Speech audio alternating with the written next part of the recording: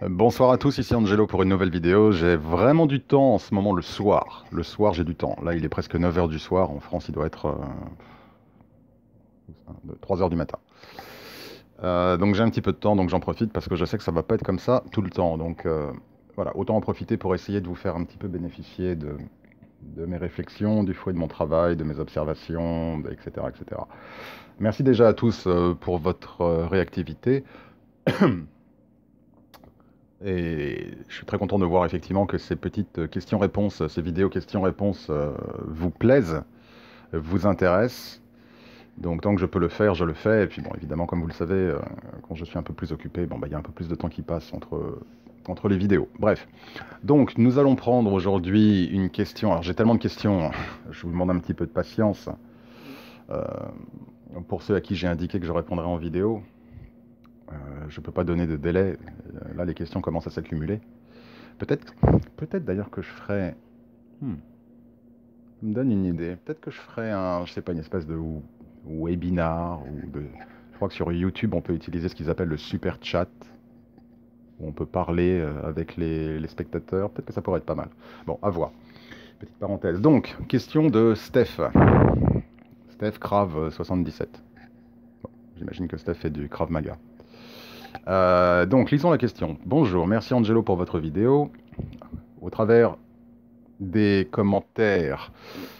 Euh, Excusez-moi. Donc au travers des commentaires, je vois que certains mettent des objets pour protection dans leur voiture, des protections dans leur maison, etc. Et est-ce que vous êtes d'accord?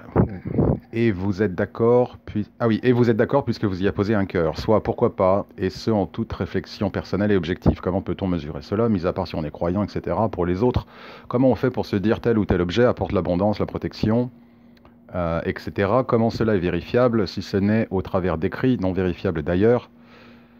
Ah, Steph, Saint Thomas. Je vais vous appeler Saint Thomas, Steph. J'ai fait le test d'interroger diverses personnes autour de moi, une trentaine. Pas une seule de ces personnes n'a vu d'objet volé, un meuble se déplacer, un fantôme. Alors tout cela, en définitive, n'est-ce pas un fantasme rassurant que vous voulez nous inculquer? Waouh, prends-toi ça dans la tête, Angelo. À chaque fois que l'on demande de voir des preuves, on nous rétorque si tu y crois, tu verras, ou si tu n'y crois pas, cela te regarde, etc. Je trouve chaque ces réponses, bon, j'imagine, je trouve chacune de ces réponses trop facile et en toute objectivité. Ben oui, c'est en majuscule, alors j'étais obligé de marquer le coup. J'adore. Ah, bah, et il se radoucit un peu à la fin, Steph. J'adore vos vidéos et si je suis abonné, c'est qu'au fond de moi, je veux y croire, mais. Trois points d'exclamation. Tadadam. Bon. Bon, je plaisante, Steph. C'est de bonne guerre. Bon alors, il y a un peu tout et il y a un peu tout et je le dis en toute amitié, il y a un peu tout et n'importe quoi dans ce message. Dans le sens, on parle d'un sujet, puis après on parle de meubles se déplacer, d'objets volés. Enfin bon, ça part un peu dans tous les sens. Alors, par où, par où est-ce que je vais commencer? J'ai tellement de, j'ai tellement de choses à dire. Bon, alors déjà, je vais apporter mes réponses et illustrer par une expérience personnelle. D'accord? Alors déjà, on va commencer par une chose. Il faut comprendre que le monde autour de nous n'est qu'énergie.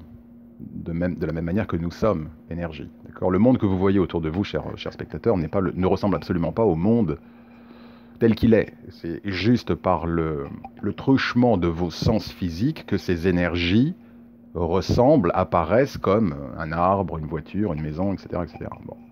Le monde n'est qu'énergie, et ça on le sait bien, les atomes, etc. Bon, je ne vais pas rentrer là-dedans.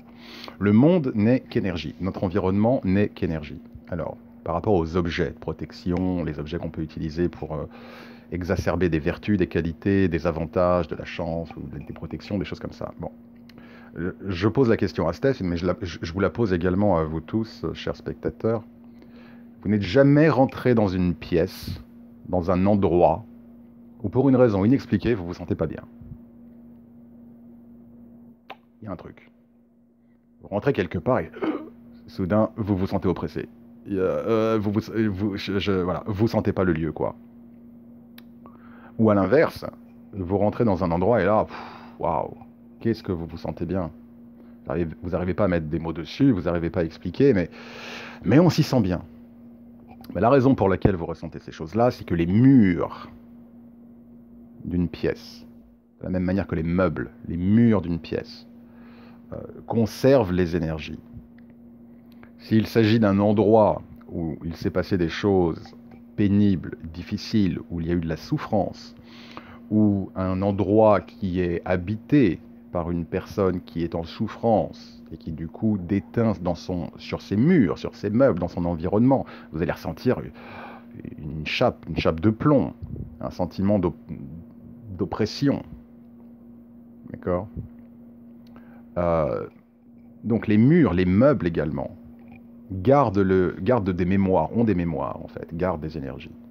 Et ces énergies, même si vous n'êtes pas psychique, à un degré ou à un autre, vous les ressentez. D'accord.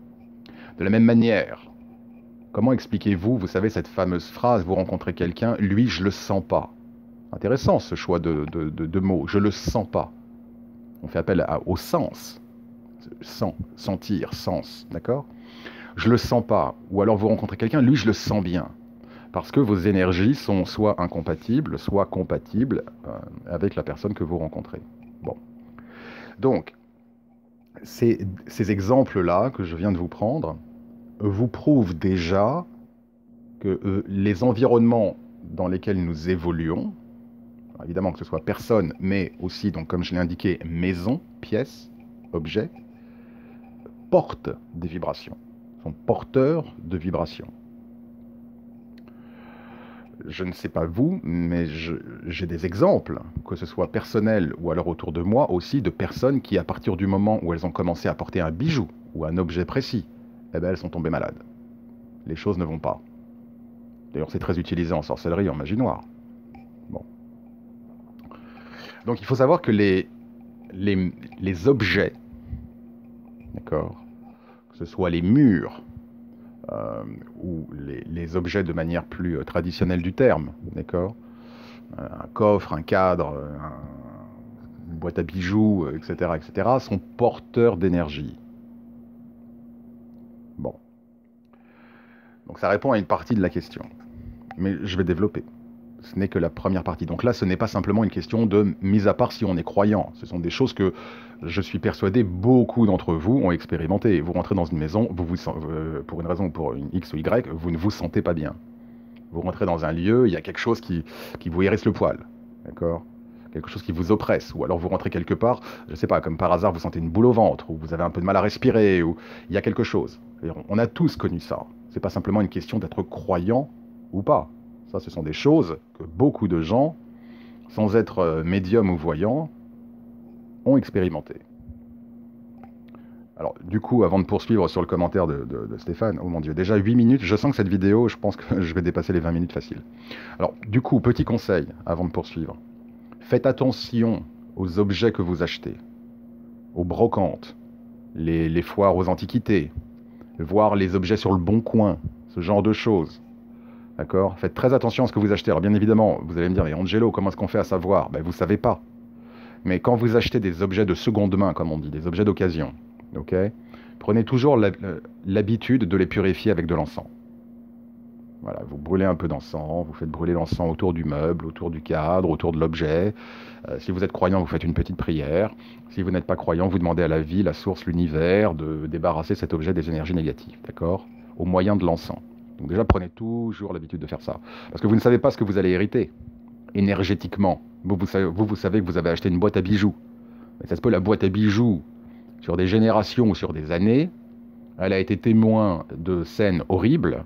Elle a enregistré des énergies de douleur que vous ramenez ensuite chez vous. C'est-à-dire qu'en gros, les objets sont des chevaux de Troie, des vecteurs, d'accord ?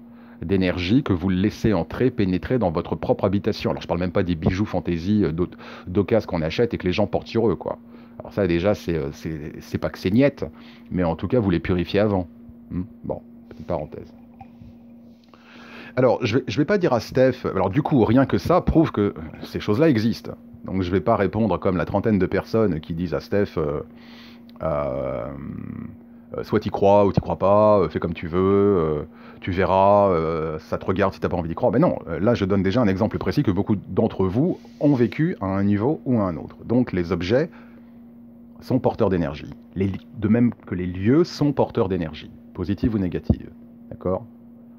Donc, Steph, je vous invite à réfléchir à vous-même, aux expériences que vous avez pu avoir à ce niveau ou aux gens autour de vous. Mais ça, c'est quelque chose d'assez banal, que les gens ont tous expérimenté à un moment ou à un autre. Bon.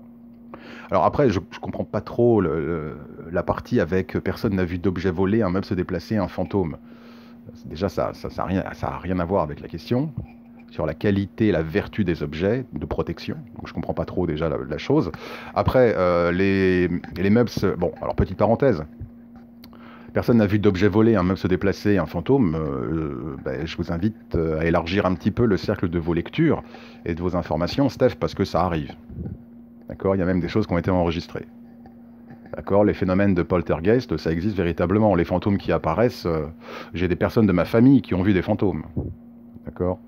Ça les a bien fait flipper d'ailleurs. Après, c'est pas la norme. C'est bien la raison pour laquelle justement les êtres invisibles, ils passent pas leur temps à apparaître. Ça me fait rire ça quand les gens disent « Oh maman, pourquoi je te vois pas? Maman, pourquoi je te vois pas? Tu me manques maman. » Et vous voulez quoi? Qu'elle apparaisse dans votre cuisine? Mais il va se passer quoi si elle apparaît dans votre cuisine et que vous tournez la tête? Vous allez avoir une crise cardiaque, les amis. Bon, ils sont pas bêtes quand même là-haut. Mais ça arrive, il y a des phénomènes d'apparition qui arrivent. Ou de la même manière, il n'est pas rare d'avoir des gens qui prennent des photos avec des choses sur les photos qui apparaissent, des ectoplasmes, d'accord? Les meubles qui se déplacent, je ne dis pas que ça arrive tous les lundis, mais ce sont des phénomènes qui ont été enregistrés, qui existent, de la même manière pour les objets qui volent. Bon, ce sont des choses qui existent. Mais bon, je ferme la parenthèse parce que je m'éloigne un peu du coup du thème principal, c'est-à-dire est-ce que les objets peuvent protéger, est-ce qu'il peut y avoir des vertus protectrices et bénéfiques dans les objets. Donc déjà, je réponds par rapport aux lieux, par rapport aux meubles qui sont vecteurs d'énergie, et je prends à l'inverse les cas d'énergie négative pour faire comprendre que du coup, si les objets peuvent être vecteurs ou les lieux peuvent être vecteurs d'énergie qui vous mettent mal à l'aise ou qui pour une raison ou une autre vous font sentir inconfortable, c'est que par définition, au contraire, il peut y avoir des lieux et des objets qui vous font vous sentir bien ou qui ont des vertus énergétiques bénéfiques.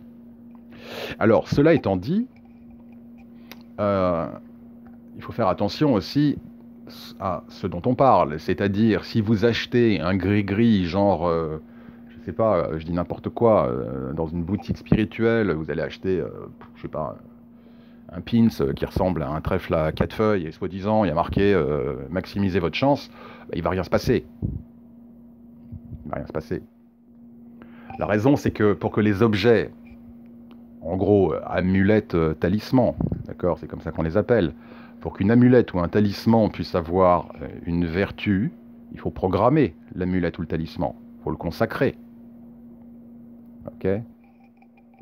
Il faut déjà le purifier, le consacrer et le programmer. Tout ce que vous achetez dans le commerce vendu de manière industrielle, ne pensez pas que ces choses-là, à part un effet placebo, il ne va rien se passer. Ces objets ne sont pas chargés. Ok? Ils ne sont pas chargés.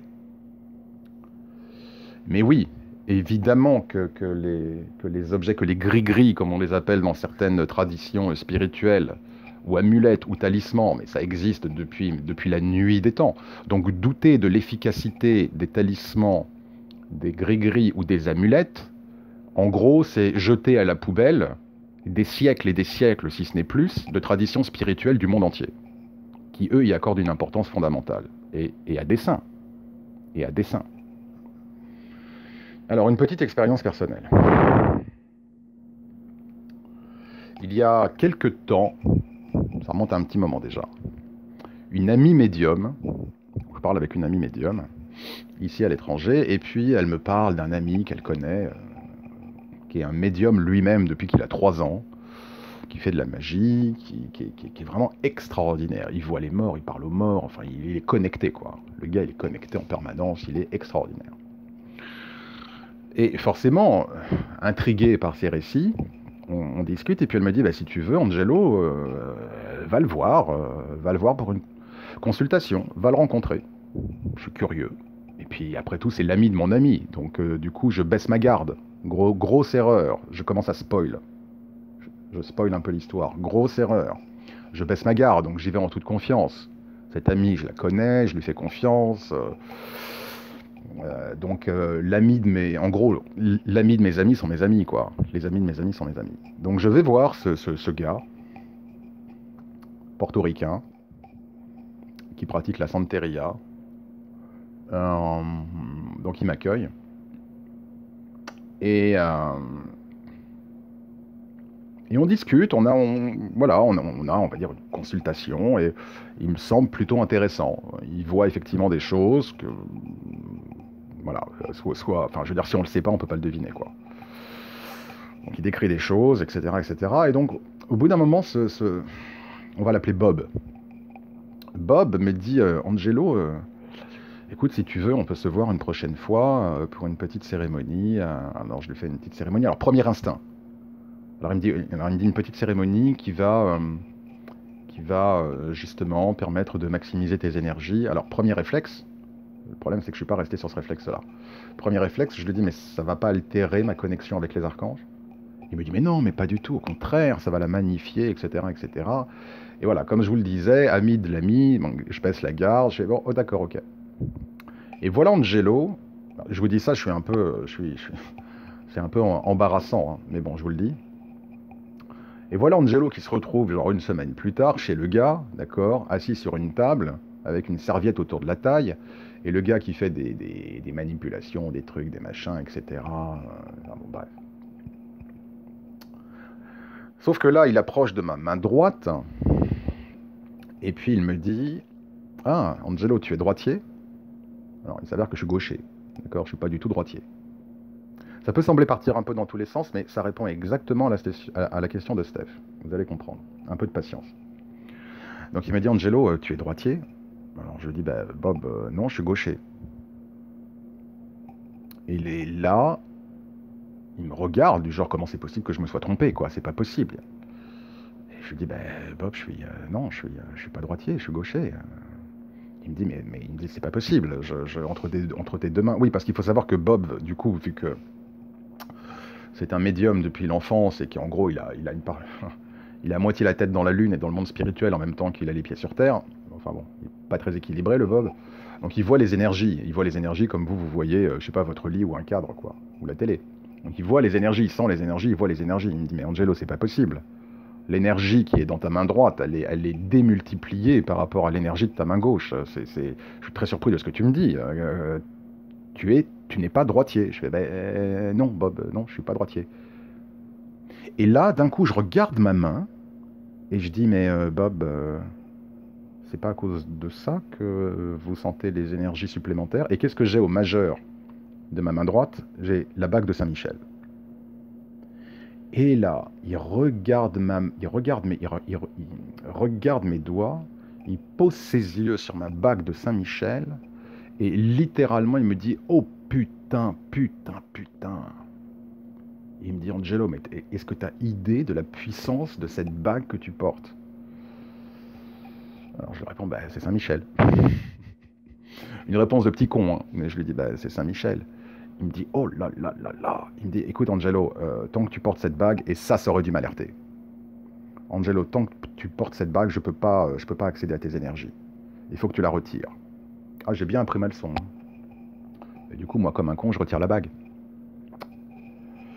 Il continue ses petites manipulations, et puis il approche de mon cou, et il me dit, aïe, aïe, aïe, aïe, aïe, oh, je peux pas te toucher. Il faut que tu retires ça. Ah, et tout ça, c'était des signes que les entités, que les esprits angéliques m'envoyaient pour me dire, mais ce mec est mauvais, ne lui donne pas accès à tes énergies. Donc, petite parenthèse, chers spectateurs, quand je vous parle des sujets dont je vous parle, d'accord, quand je vous mets en garde, quand je parle de sorcellerie, de magie noire, ou peu importe, c'est d'expérience. D'accord, je parle pas beaucoup. Bon, en ce moment, je poste pas mal de vidéos. Mais en général, je poste pas des vidéos tous les jours. Je parle pas beaucoup, mais quand je parle, je sais de quoi je parle. Je parle toujours d'expérience. Je suis pas un perroquet qui va prendre des bouquins et qui va me la jouer sur YouTube en faisant croire que ce sont mes réflexions. D'accord, je parle toujours d'expérience. Bref. Donc, là, il me dit, oh là là, je peux pas te toucher. Et évidemment, qu'est-ce que j'ai autour du cou? Alors là, c'est le musée angélique. Hein, entre la médaille de la Vierge Marie, la médaille de Jésus, la croix de Saint-Benoît et Saint-Michel, là, je vais vous dire, je suis blindé de chez blindé. Sauf qu'il ne pouvait pas me toucher. Pourquoi? Parce que Ces amulettes, au même titre que la bague, d'accord, on va appeler ça des talismans ou des amulettes, ont évidemment été consacrés. Évidemment, je les ai consacrés, j'ai fait des prières, etc., des rituels pour les charger, et du coup pour me protéger. Ok. Et donc ce mec ne pouvait pas me toucher. Il ne pouvait pas. Il fallait que je retire. Bon. Donc voilà une petite anecdote, Stéphane. Alors pour la fin de l'histoire, oui, j'ai retiré comme un con mon collier, sauf que dès que je suis rentré à la maison, après avoir évidemment remis ma bague et mon collier, là j'ai commencé un petit peu à cogiter, à réfléchir, et je me suis dit, ce mec, je le verrai plus jamais. Et ce qui s'est passé, c'est que j'ai appris que cette personne, en fait, était un vampire spirituel. Donc en fait, son objectif était de voler ma lumière. Ok. Donc je m'en suis plutôt bien sorti. Ça aurait pu très très mal se terminer. Mais voilà, en tout cas, cette expérience prouve que oui, les objets ont des vertus protectrices. La bague de Saint-Michel ou les médailles que je porte autour du cou agissaient comme barrage. Il ne pouvait rien faire. Il était complètement paralysé. D'accord. Autre anecdote, toujours avec cette même personne, durant la première consultation. À l'époque, ça faisait un petit moment que j'étais à l'étranger, et puis je commençais à être un petit peu inquiet pour mon habitation en France, quoi. Ça faisait quelques mois que j'avais pas été dans mon habitation, et je me demandais, voilà, j'espérais qu'avec du fait de l'hiver, mon habitation était toujours en bon état. Et donc, il me dit, donc du coup, je lui exprime un petit peu ma crainte en lui disant, ben, Bob, voilà, j'espère que mon habitation est toujours nickel. Il a beaucoup plu cet hiver en France. J'espère que j'ai pas de problème, etc. Il me dit, pas de problème, Angelo. Ne t'inquiète pas, je peux envoyer mon esprit à volonté n'importe où. Donne-moi juste une minute, je me concentre. Je vais aller regarder dans ton habitation et je vais te dire si je vois qu'il y a des dégâts, si je vois qu'il y a quelque chose de mauvais. Bon. À ce moment-là de la consultation, il ne me connaissait pas encore très bien, donc il ne savait pas sur quel chemin spirituel j'étais, d'accord. Donc il ne savait rien par rapport à ma pratique avec les anges. Détail important.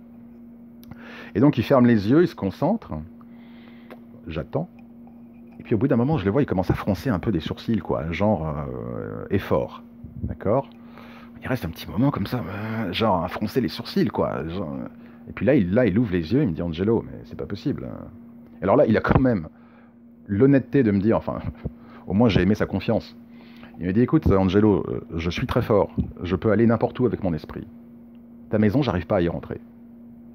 Alors je lui fais, d'accord, Bob, t'arrives pas à rentrer? Il me dit, non, j'arrive pas à rentrer dans ta maison. J'ai 7 silhouettes qui se dressent devant moi. 7 silhouettes, j'arrive pas à bien les voir, mais il y a 7 silhouettes qui apparaissent devant moi et qui m'empêchent de rentrer. Voilà, je n'arrive pas, il me bloque l'accès. Et il me dit, Angelo, est-ce que tu as fait un rituel avant de partir pour protéger ta maison? Alors je lui dis, ben oui, j'ai fait un rituel. Et notamment en utilisant aussi des objets, Steph. D'accord? Que j'ai chargés. Donc il me dit, bah écoute, j'arrive pas, je vois 7 silhouettes. Et je lui dis, bah c'est intéressant ce que vous me dites, Bob, parce que ces rituels ont impliqué les 7 archanges. Et là, il m'a regardé avec genre, oh, d'accord, ok. Donc, il savait pas que je travaillais avec les archanges, et particulièrement au moment de ce rituel avec 7 d'entre eux, parce qu'il n'y en a pas que 7. 7 d'entre eux. Il s'avère qu'en projetant son esprit pour vouloir pénétrer dans ma maison, 7 silhouettes lui ont interdit l'accès. Voilà, donc une autre anecdote qui prouve... Alors après, Steph peut me dire, bah oui, mais Angelo, moi je suis pas obligé de te croire. Bah oui, c'est vrai, Steph, vous n'êtes pas obligé de me croire. Voilà, c'est vrai, je passe mon temps à raconter des conneries et des mensonges. Oui, c'est vrai, vous n'êtes pas obligé de me croire. Non, mais je veux dire, humour grinçant mis de côté, je dis ça en toute amitié, Steph. Évidemment, vous n'êtes pas obligé de me croire. D'accord. On est obligé de rien croire dans la vie, absolument rien. Et le meilleur conseil que je vous donne, c'est faites vous-même vos expériences. D'accord. Ne croyez personne, même pas moi. Voilà, et je vous le dis vraiment en toute sincérité, en toute honnêteté. En toute simplicité, faites vos expériences. Ne demandez pas aux autres. D'accord. Mais voilà une anecdote qui prouve la puissance des talismans, des pentacles, des amulettes, des gris-gris, peu importe comment les traditions appellent ça, d'accord, que ce soit avec ma bague ou avec mon collier, et également et plus encore, avec le rituel de protection de ma maison, qui inclut également on va dire des icônes et des objets. Donc voilà deux anecdotes qui, je l'espère en tout cas, répondront à la question de Steph et qui vous prouveront à tous, chers spectateurs, qu'effectivement, talismans, amulettes, objets peuvent être chargés, peuvent être infusés de forces spirituelles pour atteindre des objectifs particuliers. D'accord? Alors parfois de bons objectifs, des objectifs positifs, mais il faut savoir que les mauvaises personnes vont utiliser des pratiques pour infuser de mauvaises énergies dans des objets qu'ils vont ensuite envoyer ou donner à leurs victimes. Voilà. Donc je vais en rester là pour l'heure. J'espère que cette vidéo aura été instructive. Alors attendez, je vais quand même relire une dernière fois le message de Steph. Je vais faire très vite. Alors comment peut-on mesurer cela? Ben voilà, j'ai donné deux anecdotes. Voilà. Par l'expérience, Steph, on peut mesurer cela. Voilà, c'est aborder la spiritualité ou la magie, appelez ça comme vous voulez, comme un scientifique. Je sais que ça peut sonner antinomique, c'est-à-dire vous livrez à une expérience, d'accord, et vous mesurez, est-ce que j'ai des résultats? Oui, non. Est-ce que les résultats sont à la hauteur de ce que je désirais? Oui, non. Alors après, vous dites, mis à part si on est croyant. Mais la croyance, la foi, c'est tout, Stéphane. Ça représente tout en spiritualité. Et c'est pareil dans la vie.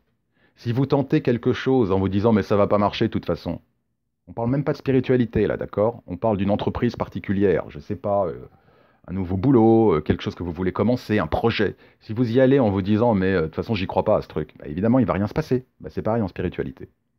Donc la croyance, la foi, c'est fondamental pour qu'on puisse avoir des résultats. D'accord? Il faut bien s'ouvrir à ces énergies. Il faut bien avoir foi en ces énergies, sinon elles ne peuvent pas se manifester. J'ai une phrase, Stéphane, que j'ai toujours eu l'habitude de dire. Plus vous croyez au merveilleux, plus il se manifeste dans votre vie. Voilà, je vous laisse méditer à ça, Stéphane. Vous et les autres. Et vous me dites comment on fait pour se dire que tel ou tel objet apporte l'abondance, la protection. Ben, je vous le dis, parce que d'abord, vous l'avez programmé, votre objet. D'accord? Vous avez infusé de l'énergie dans un objet pour obtenir un résultat. Donc, si vous avez des résultats, ça peut être l'objet.